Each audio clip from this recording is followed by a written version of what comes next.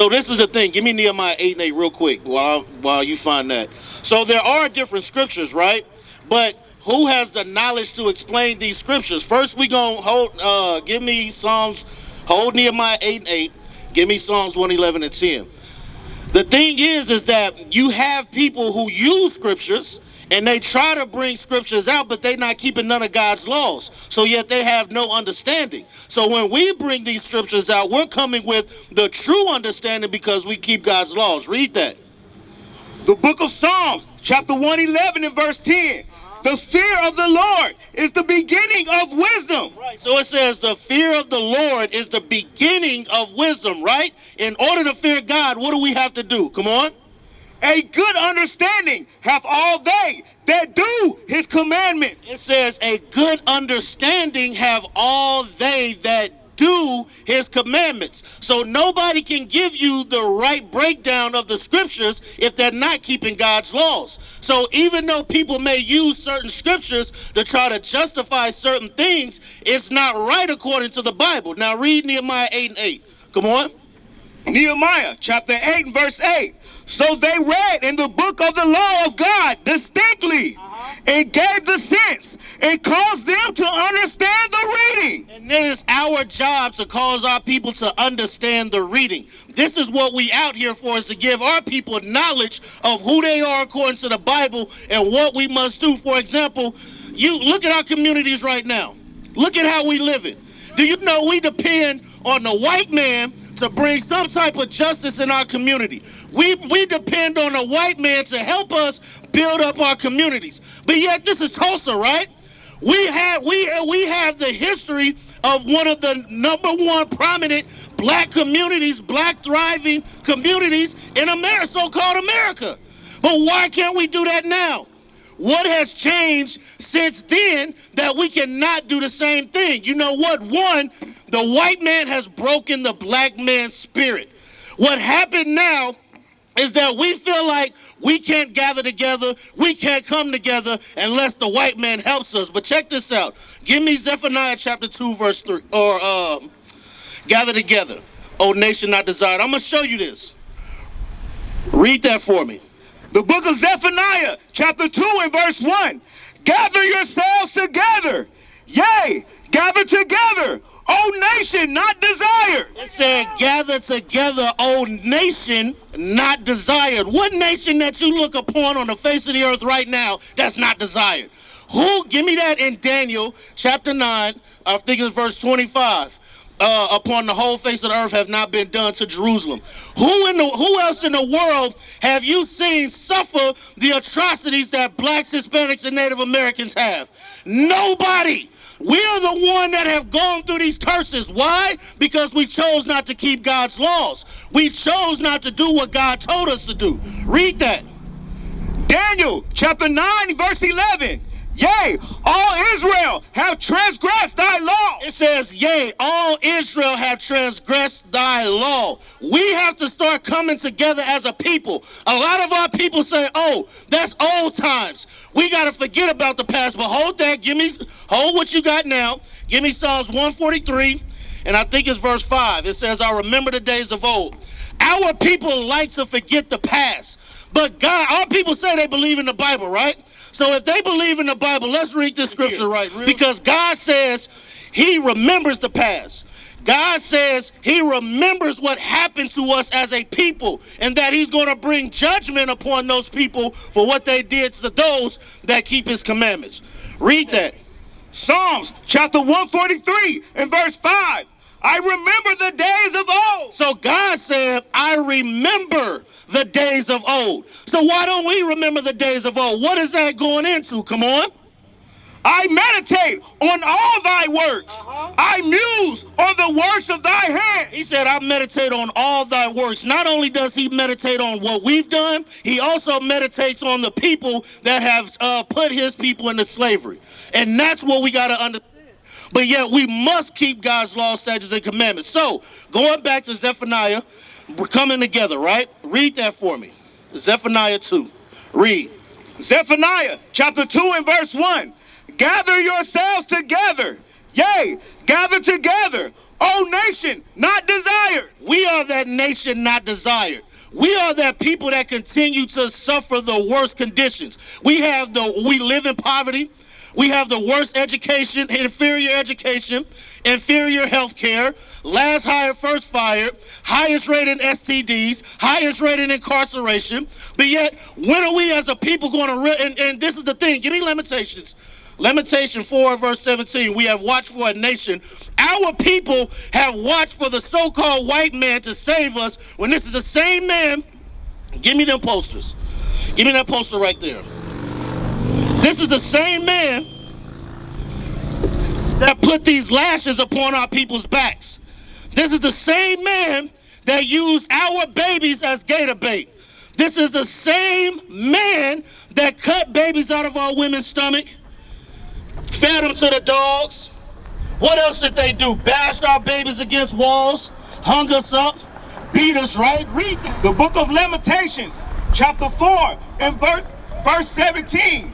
As for us, our eyes have failed for our vain help.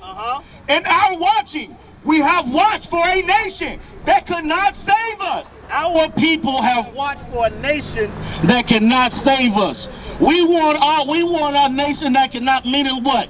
You had the TDC here earlier. You had the same people that oppressed us talking about, oh, now we want to get you out of poverty. Now we want to give you certain programs and educational programs. Educate us on what? Programs on what? Economic growth on what? To keep your rulership in power? Because they have never had our what do you want to say? They've never had our interests at hand. Never. Say that again. We are descendants from slaves. We are descendants of slaves. We are. But can everybody say that? Can so-called Africans, whether it be Egyptians, whether it be some Somalians or whatever the case may be, can they say that they are descendants of the slave trade? No. But they can tell you how they enslaved our people, right? So read that for me. Deuteronomy chapter 28 and verse 68. And the Lord shall bring thee into Egypt again. So Egypt is just another word for slavery or bondage, right? So God said he was going to put us in slavery again with what? With ships. With what? With ships. Who as a nation of people went into slavery on cargo slave ships? It was us. So-called blacks, Hispanics, and Native Americans. Who went into slavery on cargo slave ships? Black folks, right? Right, black American people. What they call American, right? We went in 1619, right? And you also had Haitians, you also what they call Haitians, and you also have Jamaicans, but then you also had the Northern Kingdom of Israel, Hispanics and Native Americans that went in 1492 under Christopher Columbus, right? So the whole point that we try to get our people to see is that we are the greatest nation upon this earth. God has called us Israelites, but what do we call ourselves? Johnson, we call ourselves blacks, Hispanics, we call ourselves Jamaicans, Haitians, Puerto Ricans, Native Americans, but God has called us, matter of fact, give me Deuteronomy 7 verse 6. I'm going to show y'all something real quick. Deuteronomy chapter 7 and verse 6. Because God said that we are a special people, but do we look like a special people right now? Look at our communities today. Look at this right now. If we go, I'm not originally from Tulsa. What's the prominent parts of Tulsa? What, the west side? South side, right? Will you see anything like this on the south side? No. Not at all. But why do we see it in our communities? Read this real quick. Deuteronomy chapter, say that again. We're cursed. Read that. Deuteronomy chapter 7 and verse 6. For thou art an holy people unto the Lord thy God. God said we are a holy people unto the Lord thy God. Come on. The Lord thy God has chosen thee to be a special people unto himself above all people that are upon the face of the earth. Have you ever heard that scripture in church? No. It said that we are above all people upon the face of the earth. So why is it that we act the way we do? Why is it that our communities are filled with poverty? Why is it that our communities are filled with crime? Why is it that we... Ancestral disobedience. Okay, you said ancestral disobedience, right? Disobedience of what? God's law. God's law. So guess what? Give me Exodus 20. No, Numbers 15. So we have broken God's laws. So have you heard about some of this before? Yeah. Okay. So what extent have you heard what we're teaching right now? Everything. Okay. So now when do we start to keep God's laws and put this into action, knowing that we're cursed people, knowing that we are in these positions because we chose not to keep God's laws? You said it's gonna be that way forever. Okay, but I got this though. But he's going to save us though. Matter of fact, I like bringing this out. Give me Deuteronomy 28:68 again. Thursday was gonna be prosecuted. That's right. But check this out. That's what he did last time. He had to take out over half his people. Right, but check this out though. But who's going to be saved? Those that are what? Keeping God's laws. Check this out. Read that. Deuteronomy chapter 28 and verse 68. And the Lord shall bring thee into Egypt again with ships. So we were brought into slavery again with ships. Come on. By the way whereof I spake unto thee, Right. thou shalt see it no more again. And there ye shall be sold unto your enemies. So when we got off that slave ship, who was we sold to? Everybody. Recently. No, but it started before the slave ship. I understand that, but 400 years ago, when we got off those slave ships, who were we sold to? They stopped in Jamaica, Britain. That's where they dropped us off or picked us up, right? But who sold us on those auction blocks? Caucasians. The Caucasians, right? So-called white people, or Esau according to the Bible, right? They're the ones that sold us into slavery. So read that again.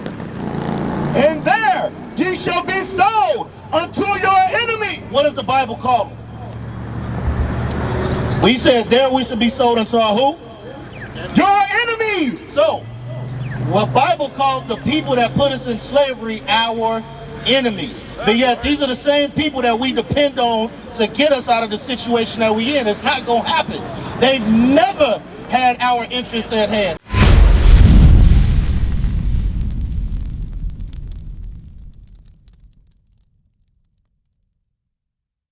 We used to scream black power while heroin was pushed. But at the end of the day, nothing's in vain. IUIC has been given a vision. The tents of Judah has risen. Many has attempted the mission. Minor murmuring, omitting, and missing the mark. Just reading that he had the flame of fire in his eyes gave us the spark. We on Paul's mission. We out on the road, purple and gold. From Mexico, Cuba, Haiti, Ghana, Sierra Leone. 144,000 boots banging, concrete crackling. These are how men repented at heart. The scriptures is proof. IUIC, we deliver the truth.